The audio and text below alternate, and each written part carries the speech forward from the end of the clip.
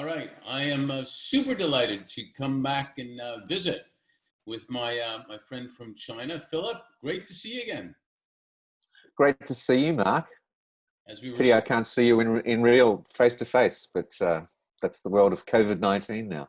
it is. Well, this is kind of face to face, just not live. Well, it is live too, but it's not face to face. Yeah, But it's we were trying to figure it out. How long has it been? I thought it might have been 3 years ago, but when I check, yeah, it's 5, and that just seems insane that time has marched by that quickly, like the space of a nanosecond. Yeah, pretty well. And I remember when we were younger, everybody says, enjoy the journey. It's going to go fast, and you kind of know logically they're right, but you don't get it until bam, there it is. So Yeah, or someone asks you to a party like on Sunday that says who's just turning 30, and I had to give a presentation on what would I tell my 30-year-old self. That was pretty hard. So.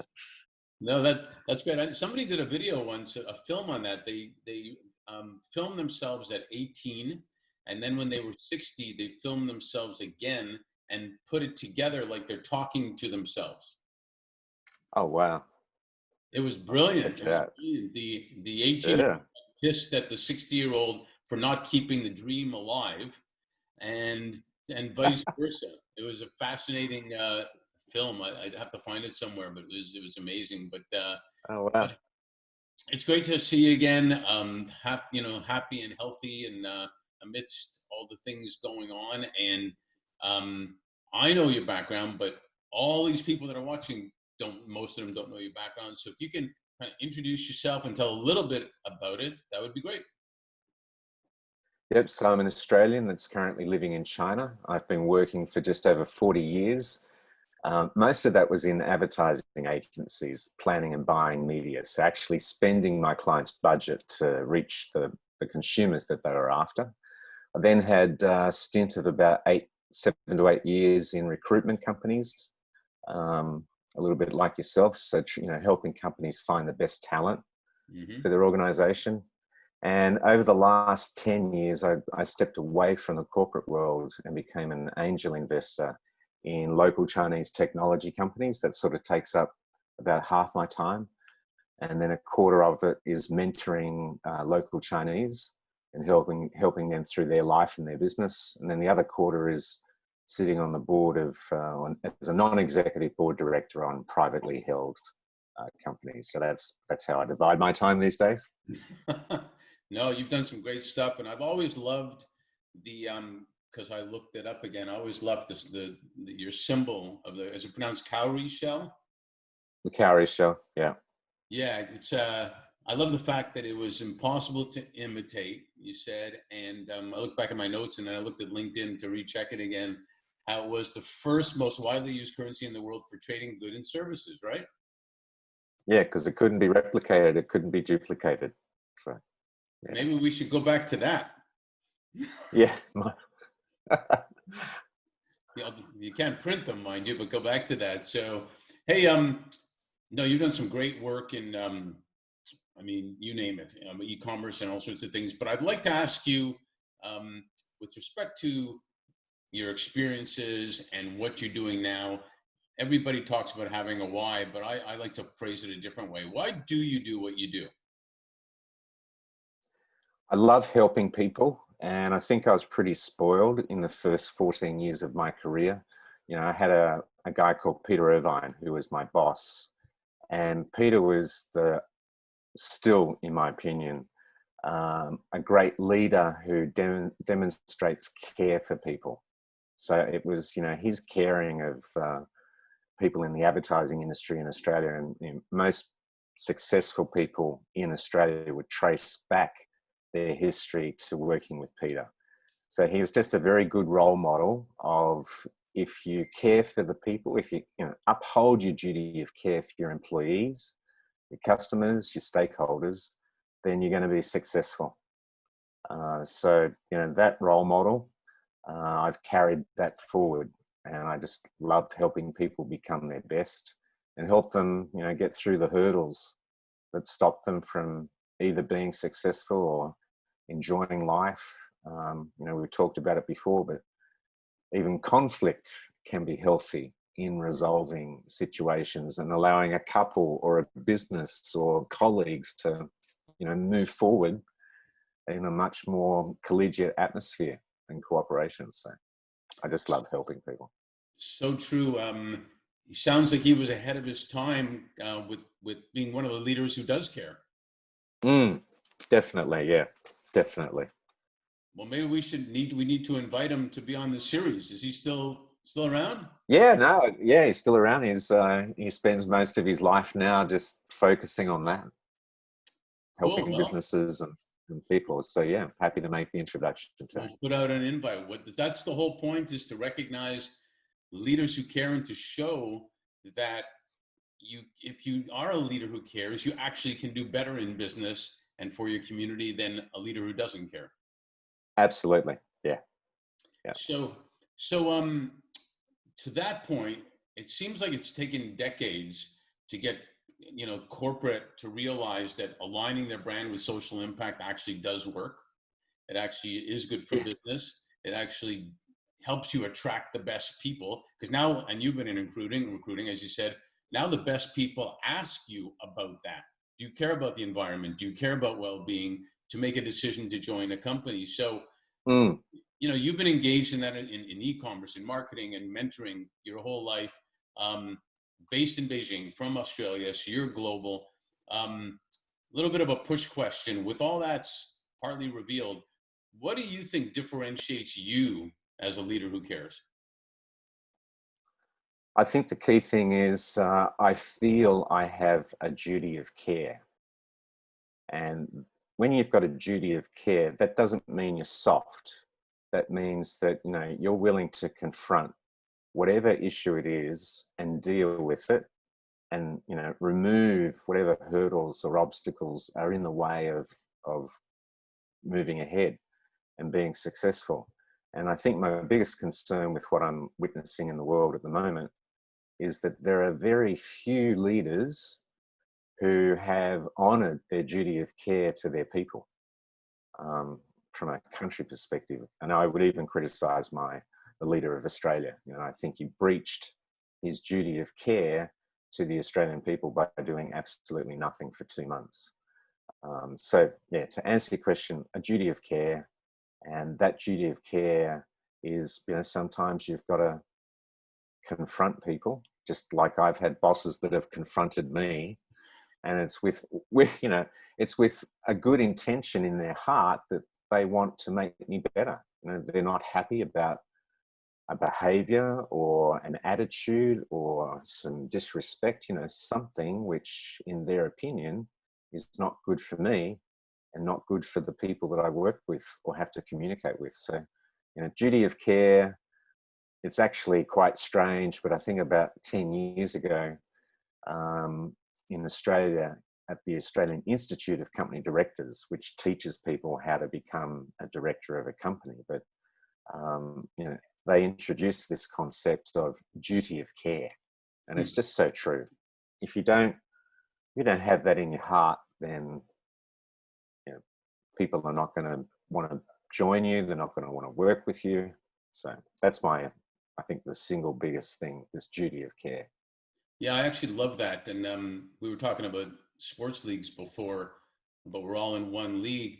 But you just made me think, if you're a parent, your daughter or son might think you're mean by telling them what to do or what not to do, but they realize you really do care if you do that.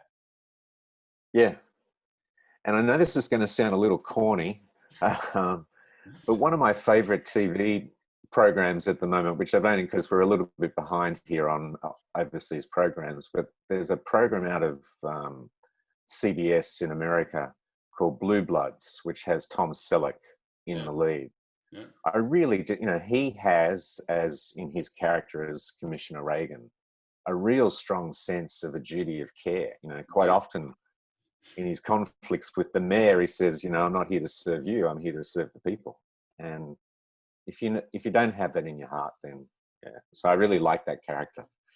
It's a good character. Now with everything going on with police, I think they're canceling all those shows. Yeah. Crazily, I mean, Yeah, true. but in a weird way, I've been stuck on Parks and Rec, binging on Parks and Rec, and Okay. the people in Parks and Rec actually do care about everything that's going on in their little town. So, Yeah. but I love that expression, duty of care, and I think it applies to, as you said, not only business but even parents with kids Mm.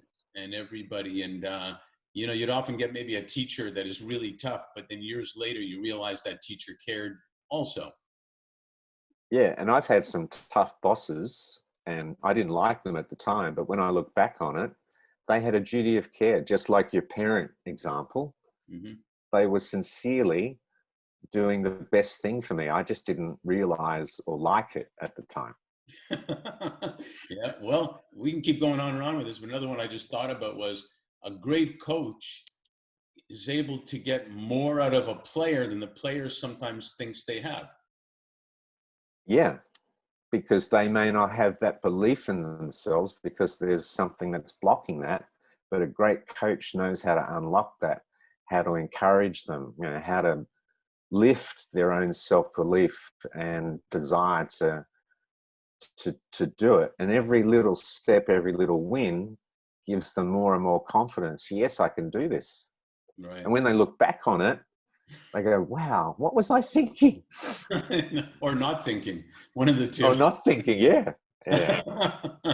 You know, speaking of family and whatnot, my grandparents were from Kiev, and we were really close to them. And you know, actually I remember walking with my grandfather, and he would say hello to everybody, and I would ask him, "How do you know all these people?" And he said, "I actually don't know most of these people, but when I smile at them and say hi, they smile back, and some of them even talk to me."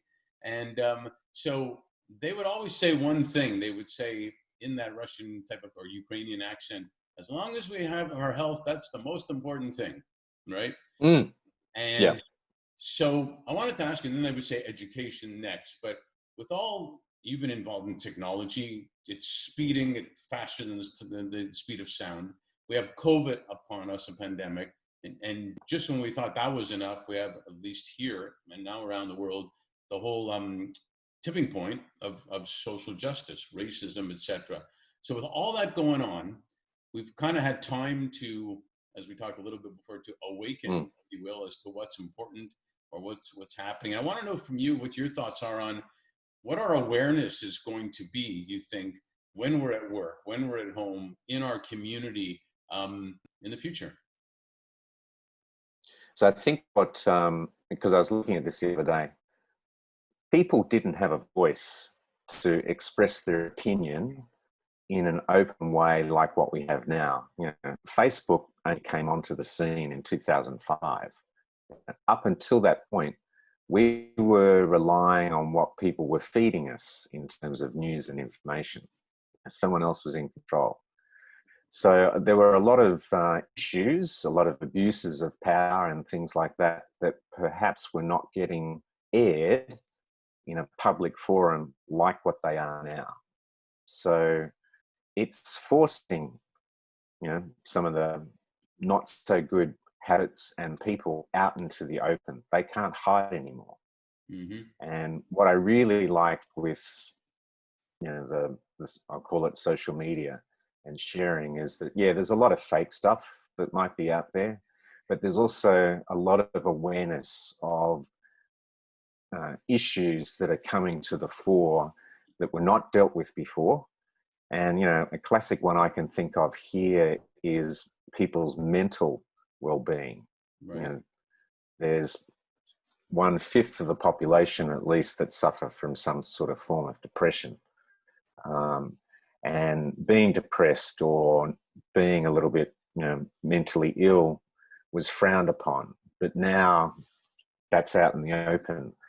Things like what happened in the US with, racism against that black guy, that's a video that could be posted and went viral because people were upset by that. Whereas before it could have been blocked. So to answer your question, as a leader, from a leadership perspective, you can't hide. You're going to be exposed. You know, if someone sees me doing something like abusing somebody in the street and takes a video of it and posts it, you know, I can't deny that. It's a little bit like what happened with that congresswoman on the steps of the White House last week, where, you know, a senator called her a effing bitch. Well, again, you can't hide from this sort of stuff. And you know, people say you should walk your talk and live your life by example. Well, you are, irrespective of who you are, on show every day by what you post, by what you say, and even this video now. So yeah, people are just, I think, much more aware. Companies are understanding, wow, we need to be just as aware of the impact that we have on our people, our communities in which we live. You know, are we doing the right thing? Because we are on show now, so you can't hide. Which, and you said that beautifully, which for people that really want to make a difference, that's actually fantastic to have that. And Yeah. and it makes us more accountable, but it also makes us able to just, you know, be, and they say finally we're getting at that vulnerability is actually a good leadership skill. Yeah. And if you learn more, this is one thing I never understood with politicians, by the way, whatever party, they'd always blame the other party for flip-flopping. But if you get more knowledge, don't you want someone to flip-flop? Yeah. And the classic example is the world is flat, and no matter how much evidence was put forward, but eventually, oh, yes, it is round. You know, they needed to flip-flop. So absolutely correct. Yeah, yeah, sorry, it's actually, and I think that's, hopefully that becomes an awareness of, yeah, we are all influencers of each other in a way. And it could be for the good instead of trying to find, you know, bad. And you're right, for AOC, as she's called, to be able to come out and say that. The guy, by the way, did deny that he said that, even though everybody heard it. Yeah. So go figure. But I know. you mentioned mental well-being, and I want to know what your thoughts are. You've dealt with a lot of leaders. You're coaching and mentoring leaders, upcoming leaders. What's your thoughts are on what role business leaders who care should be playing with respect to offering three types of well-being? Financial well-being should be there, as well as physical well-being and mental well-being. So what role should they be playing, and recognize that it, again, is good for business and good for the community at the same time? I'm going to give you an example that might freak some people out, but you know, there's various tools at the moment where you can do a psych assessment of an employee. But also what's happening now is, and I'm involved with a company that does it, but AI, voice AI, that just by you talking on your smartphone or over a Zoom call now can assess your mental well-being in less than 8 seconds. And, you know, what we've found with some employees in our company, that, you know, the way that they acted at work, or, you know, even in a virtual situation like this, how they are at home was quite different. And, you know, we actually unlocked some issues at home that were affecting this employee's performance. Wow. And when they were able to deal with, and it was a bit teary, you know, because there was a senior manager, but when we confronted the issues that they had to deal with at home, it was a big relief for them to actually be able to talk about it. And then the second thing was to then give them help on, you know, I could give them some initial help. I'm not a professional, but to give them some help on how they could actually try and resolve these issues. And just to see the turnaround in their performance just by making a start, you know, just their whole persona, their relationship at home and their performance at work, you know, a win-win for them, a win-win for me. and you've got an employee that it was tough working through it, but really appreciates the help, and I think the respect as a result. And those sort of things, they share that. Employees talk to one another quite a lot. Right. They know more than the boss does normally. So they share the good and the bad. And I know this particular person, I'm just using one example, shares that with other people. Then it shows that, okay, the company does care, and actually it helped that person, and they're just more loyal. Which again gets back to what we started with, this duty of care. Yeah. So mental well-being, it's, for me, it's probably, that's the first one, particularly at the moment where you've got people that are used to, I'll call it the physical, the interaction in an office situation that they've not had, and they're struggling with that, or they're struggling with their duties at home. So mental well-being is probably the first one on my list. Financial well-being comes number 2. And we do this because it was never done for me until later in life. No one ever taught me how to minimize my tax, save, it's out of a book, but it's stuck with me. It's not how much money you make, it's how much you keep. And I don't mean being a miser, but we're really guilty at times of wasting money. Yep. And not putting it in the right space. So financial training helps, but I always use that example. It's not how much money you make, it's how much you keep.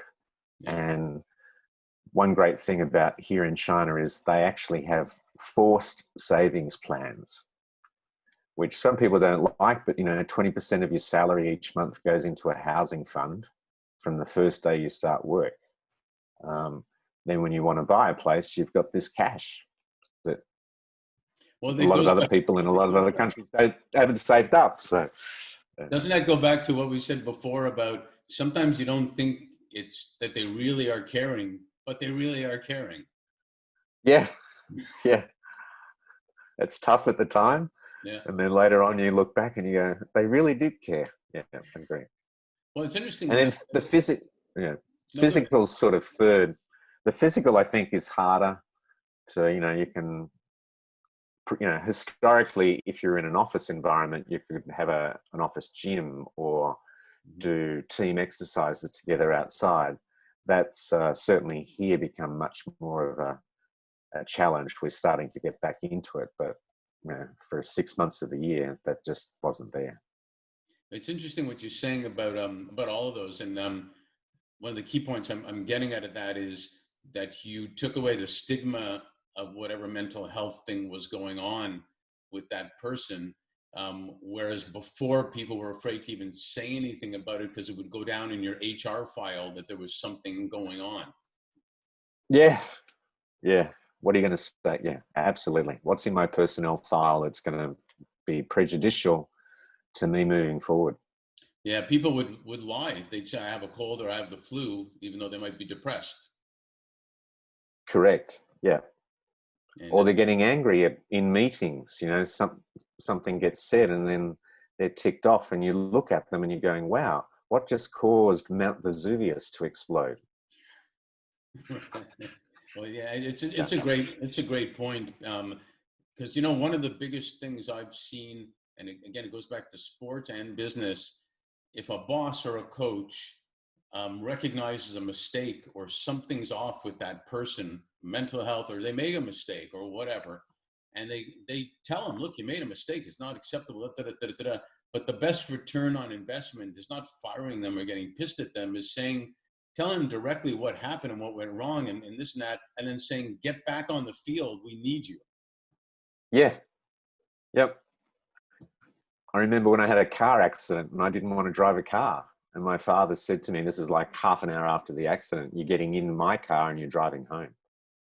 And I just know I don't, but it's the best thing. And your example, your sporting example is true. And I think one of the key things I've learned later in life, unfortunately, is with startups. You know, you've got to, Yeah. you're going to fail, and you're going to fail a lot. But if you don't learn from the failure and keep moving ahead and iterating, so the thing I think I've learned is that failure is totally okay Hmm. as long as you acknowledge it, take the lesson, and move forward. There's a quick It's when you story hide about, failure. sorry, there's a quick story about a gal, a young lady in Nigeria who got to learn chess all of a sudden, and she got better and better and better. And then she got someone to train her, and she got even more effective and all that. And then international, they did a movie about this, and they asked her, Okay.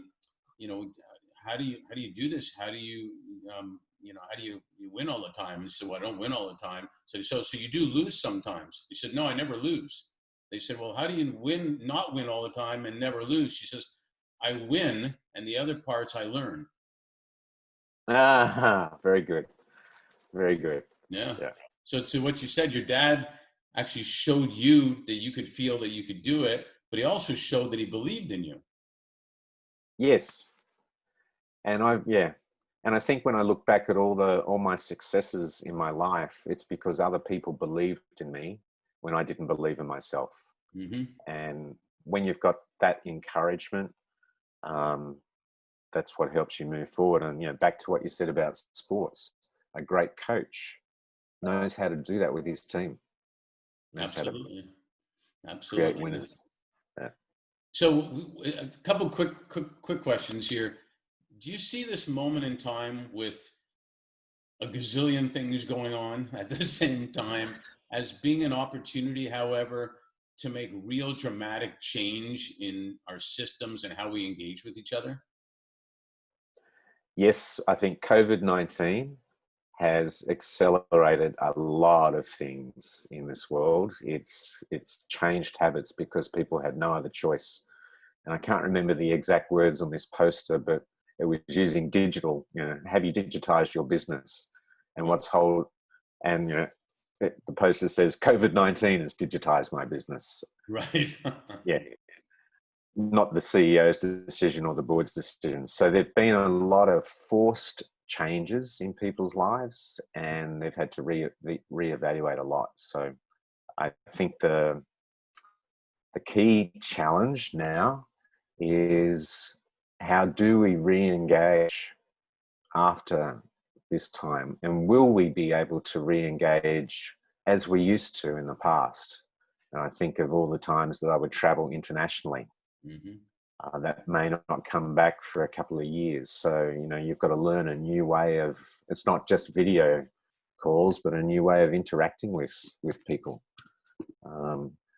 You're spending more time at home with your loved ones. That can result in some issues as well. So, there's a lot of learnings that people have had to take on. Well, what did we talk about before? They said couples should bring in dogs so that the dog will prevent them from killing each other. Yeah, So, it's kind of yeah, like that. yeah. Hey, last quick question. If you do a quick answer, if I'm a graduate, high school, college graduate right now, and I come to you and say, "Man, all this stuff is going on. What do I do now? What's next? What do you tell me?" Yeah, to keep the answer simple, I would first say, try and, even as a fresh graduate, try and put a plan together for at least the next 5 years on what you would like to achieve. Then figure out how you think you could make that happen. And then thirdly, find people that can help you make that happen. Not do it for you, but will give you help. Because a lot of people are fearful of reaching out to people like you or me for help. But, again, good leaders, no matter who they are and no matter how busy they are, if you put the right, narrative to them, you've only got a yes or no. It's a 50-50 chance that they're going to say yes. And in a lot of cases, people will be surprised if you approach someone in the right way, that they will help you. So to answer your question, put a plan together. Yeah, I think that's great advice, and I think they'll find that there are a lot of leaders that actually do care and would love to help you out. Yeah. Yeah. Thanks, Philip. That was great. Really appreciate it. Thanks, Mark. Thanks for the opportunity.